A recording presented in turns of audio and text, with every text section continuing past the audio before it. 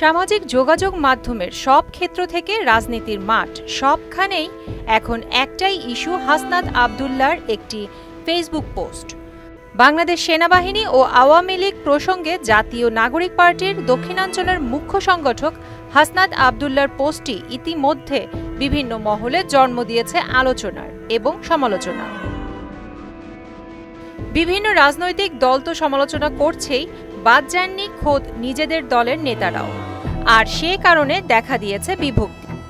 তাদের মধ্যে তীব্র প্রতিক্রিয়া দেখিয়েছেন সার্জিস আলম, নাসির উদ্দিন পাটোয়ারী এবং হান্নান মাসুদ।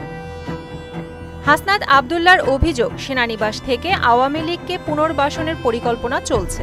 তবে এনসিপির উত্তরাঞ্চলের সংগঠক সার্জিস আলম এই দাবির বিরোধিতা করে বলেন, সেনাপ্রধান কোনো প্রস্তাব দেননি, বরং অভিমত জানিয়েছেন। হাসনাত ইস্যুতে রাজনৈতিক অঙ্গনেও নানা প্রতিক্রিয়া দেখা দিয়েছে। বিএনপি ও জামায়াতের কিছু নেতা আওয়ামী লীগের নিষিদ্ধের পক্ষে অবস্থান নিলেও অন্যরা গণ অভ্যুত্থানের মাধ্যমে তাদের বিচার চায়।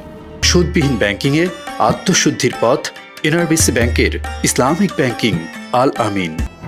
এনসিপির মধ্যেও স্পষ্ট মতপার্থক্য দেখা দিয়েছে। দলটির অন্যতম নেতা নাসির উদ্দিন পাটোয়ারী হাসনাতের বক্তব্যকে শিষ্টাচার বহির্ভূত বলেছেন। অন্যদিকে সিনিয়র যুগ্ম মুখ্য সমন্বয়ক আব্দুল হান্নান মাসুদ মন্তব্য করেছেন, দলের দুই নেতার একজন মিথ্যা বলছেন। হাসনাত আব্দুল্লাহ তার বক্তব্যে অনড় থাকলেও এনসিপির ভেতরে এই বিভক্তি দলটিকে চাপে ফেলছে কি না তা নিয়ে রাজনৈতিক মহলে চলছে আলোচনার ঝড়। প্রিয়াঙ্কা নিতু, মোহনা ডিজিটাল।